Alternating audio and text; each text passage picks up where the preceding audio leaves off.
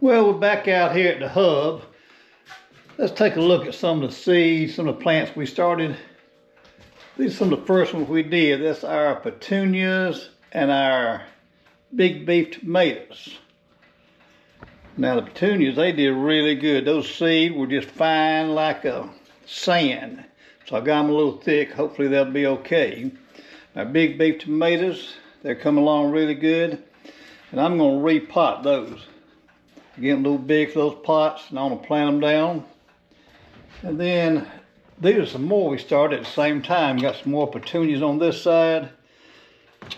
Now a year ago there were some old seed. Didn't get good germination. There's 3 of them came up. Them came back about a week or so later. And started some peppers and some mountain fresh tomatoes. I put a couple of seed in each one, and we're going to separate those also. So I'm going to take some of these Dixie cups right here. Got holes in the bottom. And I'm going to replant them into that. I'll show you. Now right here, I've got some set up here. I've taken equal parts of Miracle-Gro potting mix and black cow compost and mixed it together.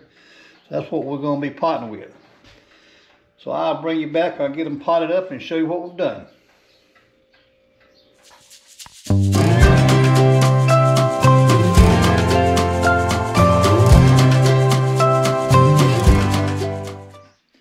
Okay, let's take a look at what I did. I took my big beef, I repotted them. They were getting a little big, so I put them in these Dixie cups. I take some painter's tape, magic marker, put BB on there. We know they're big beef tomatoes. Got those potted up. Those will be good for a while. And I showed you where I had some of the mountain fresh that were still small, but I had 2 or 3 in a few pots. Well, I decided just go ahead, and I was going to separate them. I said, well, just go ahead and put them in some big cups too. Same thing, took my solo cups, marked them MF for mountain fresh, filled them about halfway up with my soil, and I plant them down deep. What I'll do as they grow up, I'll just keep adding soil around them, and they'll just keep sprouting out new roots all the way up. As deep as you plant a tomato, they'll keep putting out roots. So we'll keep our eye on those. As they come up, we'll fill them on up. So our tomatoes are done for today. And let me show you one other thing I do. This is how I save my okra. For y'all that plant okra, you know that there'll always be 1 or 2 that always hide from you. Miss it, come back out 2 days later, it'll be too big to pick. So I just leave them, let them dry out on the vine. Then when I'm pulling my plants up, I just pull these, cut them, bring them inside, and I just leave them just like that. Now here's where I just open one up. Right here, that's all the seed out of that one plant. Out of that one pod, rather. Now, when I bust up those other 4, I'm going to have more than enough to plant what okra I plant. So, you know, saving seeds from okra, not that hard. Take your pods, bring them inside, put them somewhere where they won't freeze, stay out of weather. Spring comes, just break them open, and there your okra seed. So that's all I'm going to do today. I'm going to put these back up here under the light. And we'll let these peppers get a little bit bigger. We'll come out here and separate them. Got a couple more of my mountain fresh tomatoes right there. So that's all for today.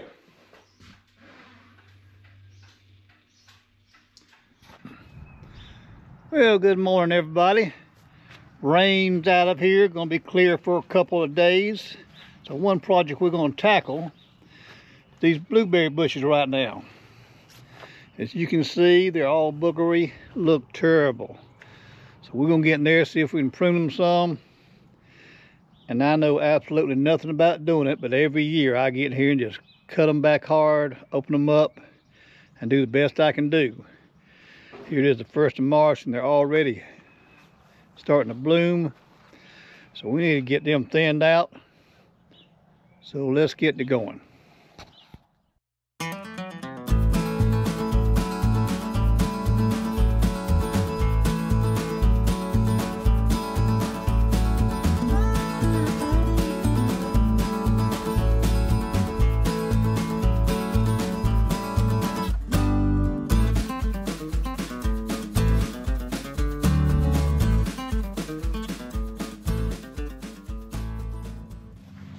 Well, 2 down. There's the first one. Got it opened up. There's the second one. Got it opened up. Now we're gonna start on this one right here. Look what a mess it is. And I don't know what I'm doing, but this is what I do every year. I just cut them, open them up where they can get a lot of airflow. So that's what we're gonna keep on with.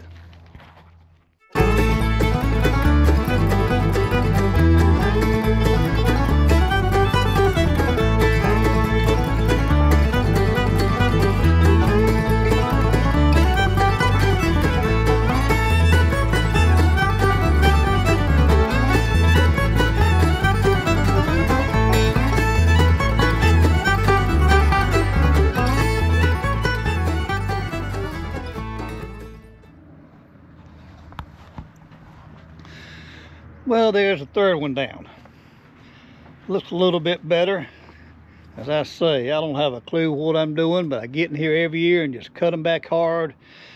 Try to open them up a good bit. It's like I cut 2/3 out of them. And then when they start producing, they do a great job. So I'm not going to bore you with showing myself doing all of them. So this is what they look like. I'm gonna get in here and get to work and get finished on them. And then when I get through, I'll bring you back and show you what it looks like. So let's get to work. Well, I think that's gonna do it. At least that's all I'm gonna do. I've got them cut back, open up where you can get some airflow through them, cut them back pretty hard. So I'm gonna fertilize them now, clean my mess up. I have one right here on the front that has died. Don't know why, but I guess we'll pull it up and replace it. I've had these planted for several years now, and they always just produce real heavy. I cut them back like this, just cut them hard, and I'll bring you back when they start producing, show them to you. They really load up and do well. The problem we've had the last few years is about the time they start blooming and budding out good, hard frosts come through. We're out here trying to cover them and protect them. So let's hope that's not the case this year. Just can't believe how warm it is. Here it is on the first part of March. And show you Mr. Biscuit. He's been sitting right there the whole time, supervising, making sure I do it right. His favorite spot. So we're gonna load the trash up now, get rid of it, then get a little fertilizer down, and call this project done. Oh, and one more thing. We call this Stephanie's blueberry patch. The reason being, a few years ago, my daughter-in-law Stephanie said, "Won't you plant some blueberries?" And I said, okay. So we planted these blueberries. Now every year when she's up here picking them, she says, "Why did you plant so many blueberries?" Because they do produce. So Stephanie's blueberry patch.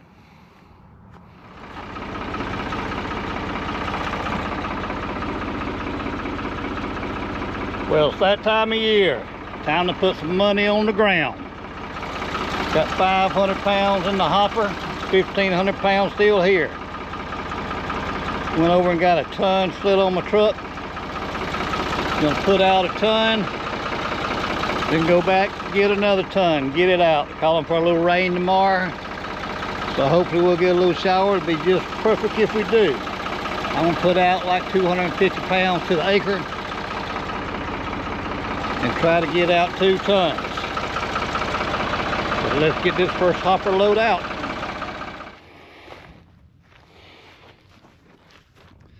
Well, there you go, 1 ton down. Let's slip over here to the feed store and get another ton. Works out pretty good for me because they're less than 3 miles away, so I just run over there and let them slide up on the truck. So let's go to Travis Rest Feed and Seed, or TR Feed and Seed as most people call them. Here we are back, TR Feed. Here's a sign right there, it says so. We're gonna slide in here, slip around, let Jean slide another pallet, another ton up on the truck. Then I'm gonna go inside and settle up my bill. And we'll get home and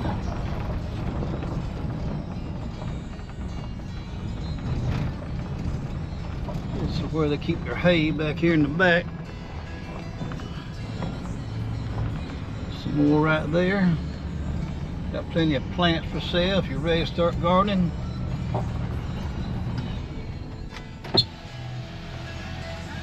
Here comes Gene right now. There are the plants. There's the feed and fertilizer out here and a lot more inside.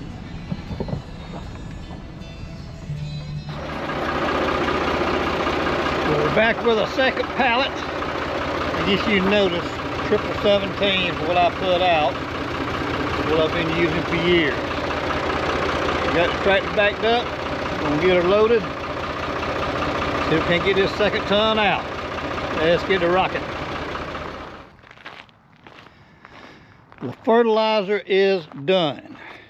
What I'm going to do now, I've got the tractor backed out here in the grass, and we're going to wash it off good. You see how that fertilizer will get everywhere.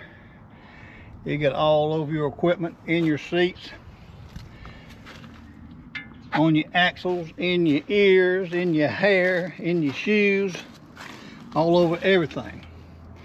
So we're going to wash it off good now, because if you don't get it off, fertilizer will make this metal rust. I guarantee you that. So we're going to give it a good washing, then unhook the spreader. But I am glad it's finished. That was 2 tons, 250 to the acre is what I put out. 80 50-pound bags. Got my workout today. You know, there are people that go to the gym and pay a lot of money to get that kind of workout. But that's done. Let's hope we get a little shower tomorrow now like they're predicting. And if it does, that grass ought to green up and pop up. So we'll see what happens after the rain. Fertilizer complete. Well, got a little bit accomplished the last few days. We got our plants repotted. Won't be too much longer, be time to plant. Warm up just a little bit more. Got a fertilizer down. Hit that just right.